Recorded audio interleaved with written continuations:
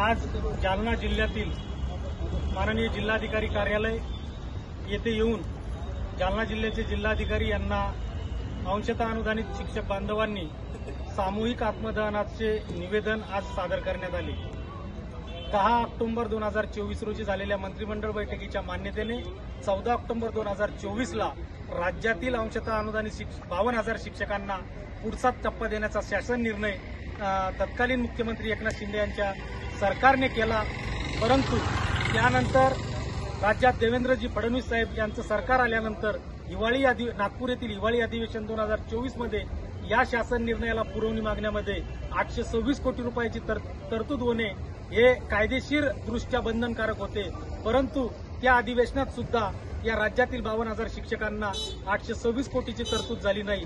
परंतु राज्यातील या शिक्षक बांधवांनी संयम ठेवत मार्च 2025 मध्ये होणाऱ्या अधिवेशनात तरी 826 कोटी रुपयाची तरतूद होईल या अपेक्षापोटी या सरकारच्या विरोधात कुठले आंदोलन केले नाही। तसेच झालेल्या विधानसभा निवडणुकीमध्ये या एकनाथ शिंदे साहेब, देवेंद्रजी फडणवीस साहेब, अजित पवार साहेब यांच्या महायुतीच्या सरकारला भरभक्कम पाठिंबा देऊन मताधिक्याने निवडून आणले।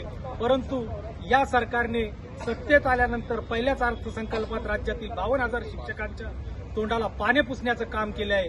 त्यामुळे अर्थसंकल्पात 826 कोटीचा निधी उपलब्ध न झाल्यामुळे राज्यातील 52,000 शिक्षकांचा या राज्य सरकारवर आता कुठलाच भरोसा राहिला नसल्यामुळे आमच्या जालना जिल्ह्यातील जवळपास 400च्या वर शिक्षक दिनांक 25 मार्च 2025 रोजी जिल्हाधिकारी कार्यालय जालना या ठिकाणी दुपारी 1 वाजता सामूहिक आत्मदहन करणार आहे। आणि या निवेदनात आम्ही जिल्हाधिकाऱ्यामार्फत राज्याचे संवेदनशील मुख्यमंत्री देवेंद्रजी फडणवीस साहेब यांना विनंती केलेली आहे की आमच्या आत्मदहनाच्या मरणोपश्चात आम्ही आमचे जे अवयव चांगले राहतील ते अवयव दान करणार आहोत। आणि शासनाला ही सुद्धा विनंती केली आहे की आमच्या मरणानंतर आमचे मृतदेह आमच्या कुटुंबाला देऊ नये अशी कळकळीची विनंती करतो।